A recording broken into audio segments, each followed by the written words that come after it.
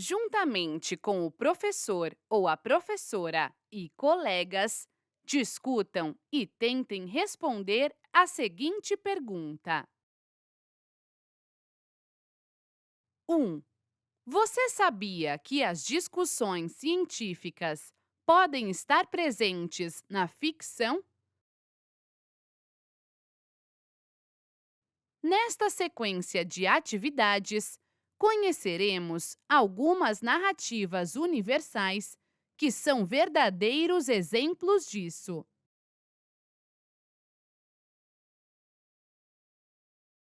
Leia a seguir um trecho do romance de aventura Viagem ao Centro da Terra, de Júlio Verne.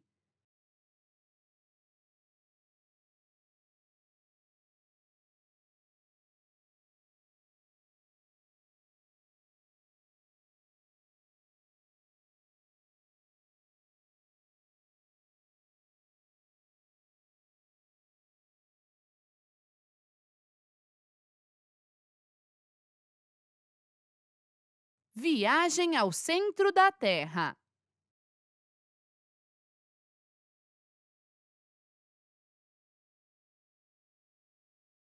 A essa altura, meu mau humor já tinha amenizado. Afinal, pensava eu, o máximo que faremos será descer ao fundo da cratera de um vulcão extinto.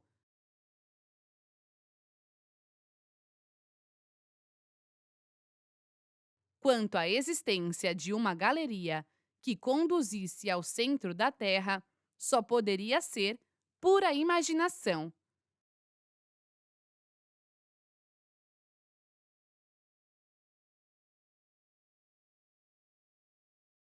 Após algumas horas de viagem, Hans mostrou para meu tio um barco e falou sobre a maré.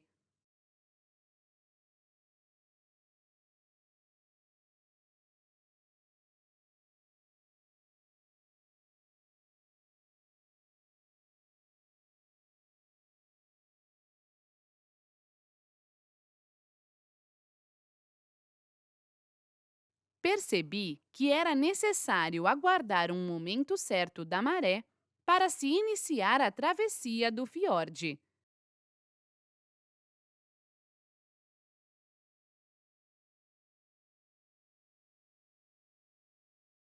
Esse momento só chegou às 6 horas da tarde. Nós três, dois outros viajantes e os 4 cavalos tomamos lugar nessa embarcação frágil. Levamos 1 hora para atravessar o fiord.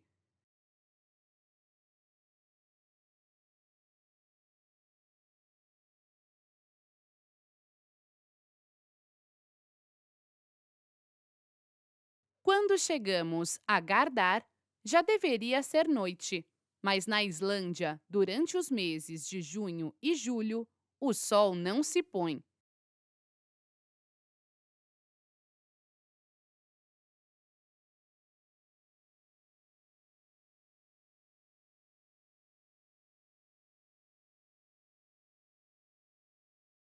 Sem muita demora, chegamos ao lugarejo de Alftanes, 1 milha mais adiante.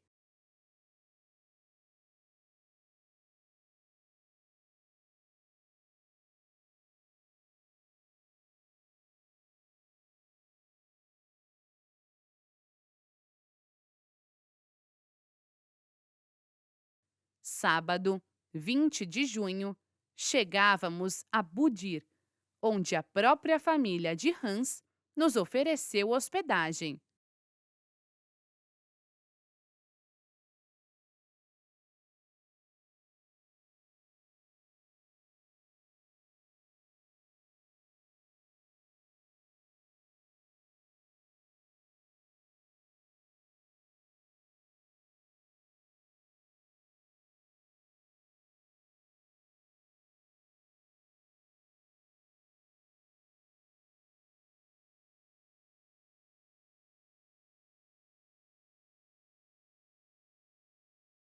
Stapi era a última etapa da nossa viagem.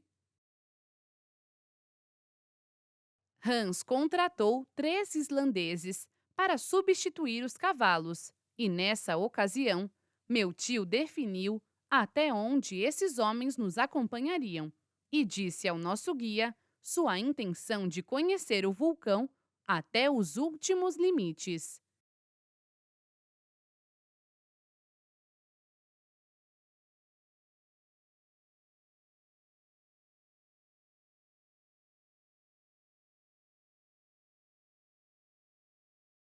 O guia apenas inclinou a cabeça no sentido afirmativo. Agora, uma preocupação se aproximava de mim.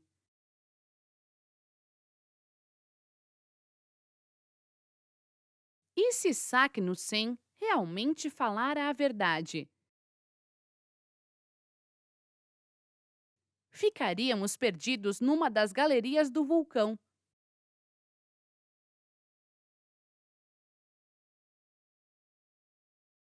Por sinal, nada prova que ele está extinto e que de uma hora para outra não poderá despertar.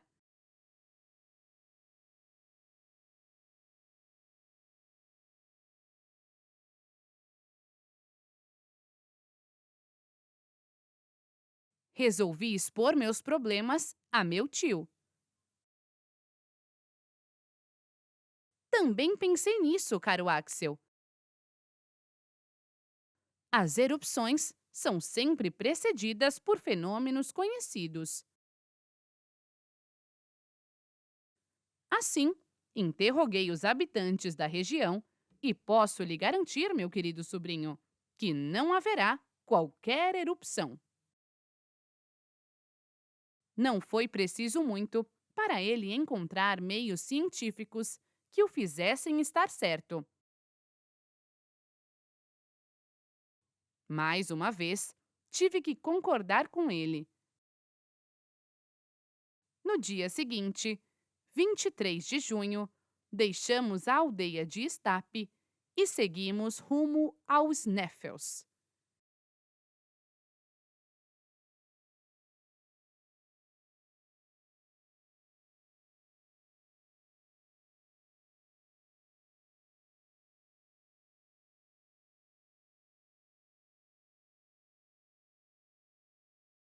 Esse vulcão tem a altura de 5.000 pés. Do nosso ponto de partida, não podíamos ver o seu duplo cone, que se perfelava no fundo cinzento do céu.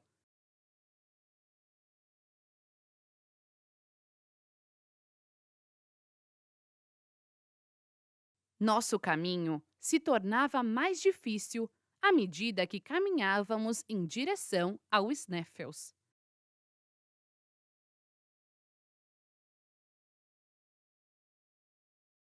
O solo formava declive, as rochas separavam-se e todo o cuidado era necessário para evitar quedas perigosas.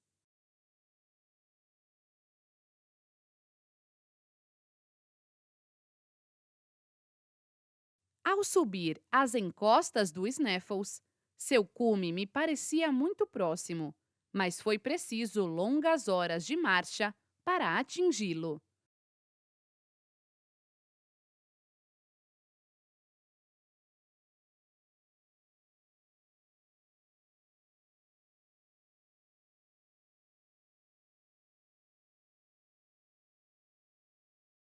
No meio de um vasto tapete de neve que se estendia no alto do vulcão, uma escada de pedra surgiu para facilitar nossa subida.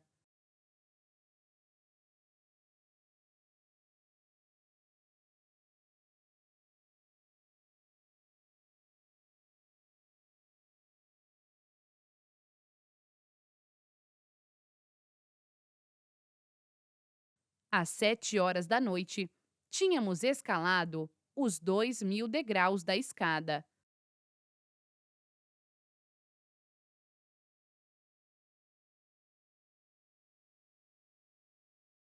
No entanto, Hans achou inconveniente passarmos a noite nas encostas do cone. 5 horas foram gastas para subir 1.500 pés que faltavam, e às 11 horas da noite, atingimos o cume do Sneffels.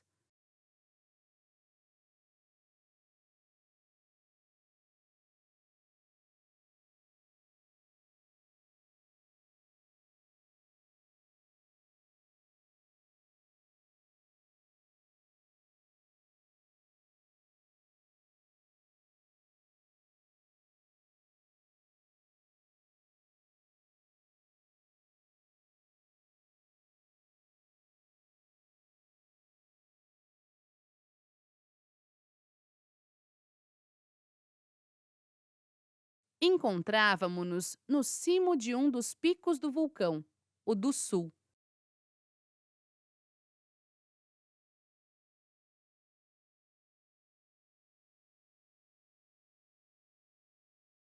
Foi então que meu tio perguntou ao guia qual o nome que os islandeses dão a esse pico.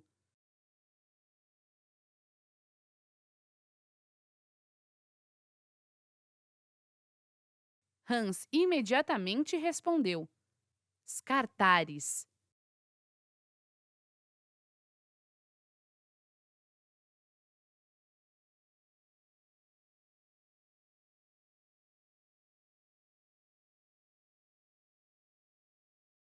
Com um olhar triunfante, meu tio dirigiu-se a mim e disse: A cratera!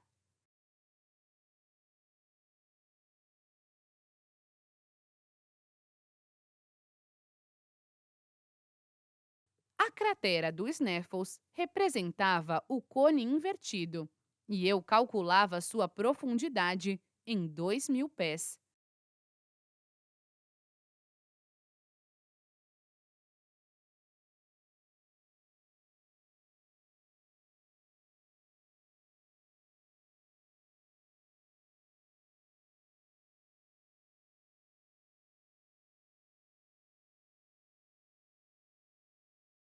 Ao descermos, Hans ia à frente e avançava com extrema preocupação.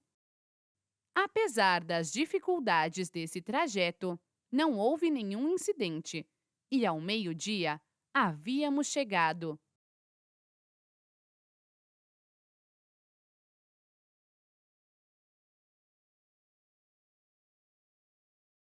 No fundo da cratera, abriam-se 3 chaminés, pelas quais o núcleo central expelia as suas lavas e os seus vapores no tempo de erupções.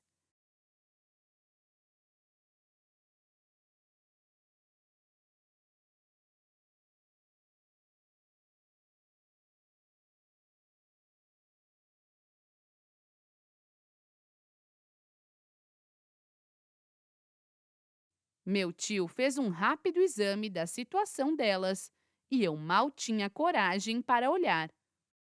De repente, ouvi um grito. Era do professor. Axel, venha correndo! Dizia num tom de espanto e alegria. Corri para perto dele, que apontava para um rochedo colocado no centro da cratera.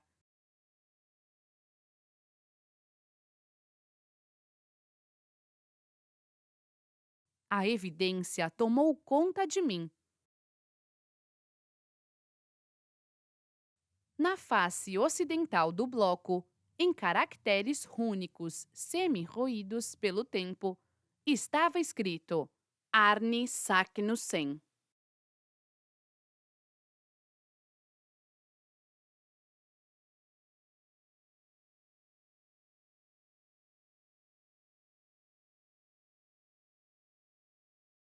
Não disse nada. Ignoro por quanto tempo fiquei mergulhado em minhas reflexões. Quando voltei ao normal, vi meu tio e Hans despedirem-se dos 3 islandeses que agora voltavam à estape.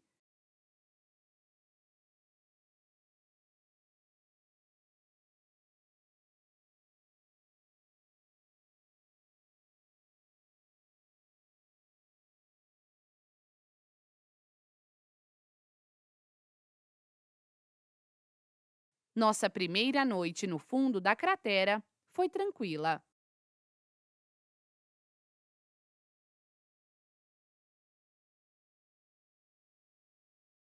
O amanhecer foi nublado e permaneceu assim o dia todo.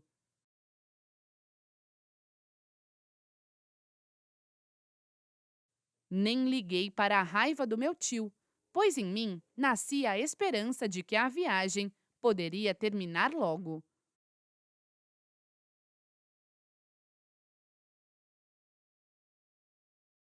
Havia 3 caminhos abertos aos nossos pés, e só um deles foi seguido por Saknussemm.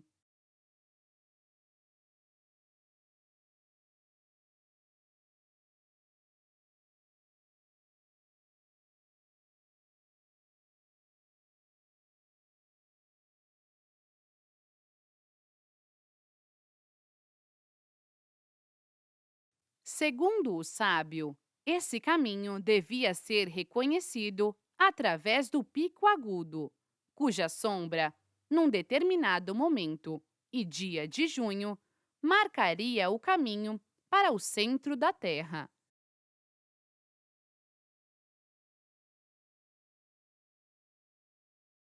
E caso o Sol não aparecesse, não haveria sombra nem indicação. Estávamos no dia 25 de junho, e se o céu continuasse encoberto durante 6 dias, seria preciso esperar mais um ano.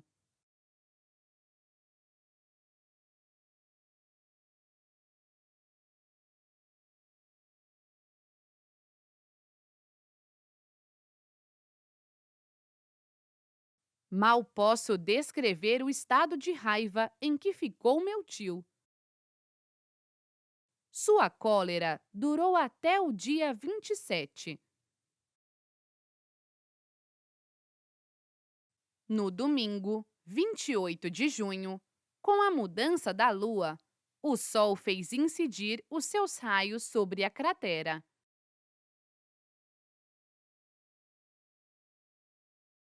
Ao meio-dia, a sombra foi dar na beira da chaminé central.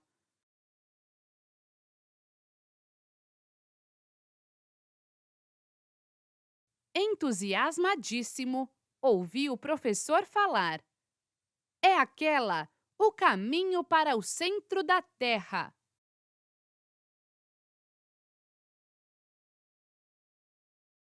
Agora começava a verdadeira viagem. A descida começou na seguinte ordem: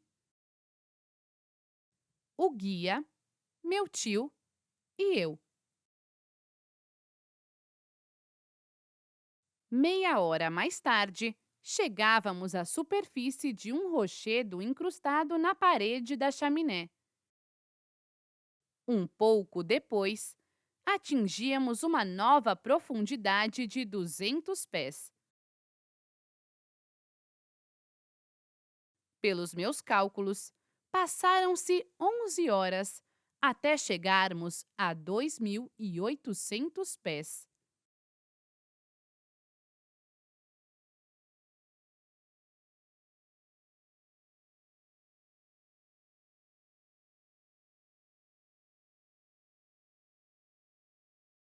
Ah, você acabou de ler um trecho de um texto literário, romance, que foi escrito em 1864.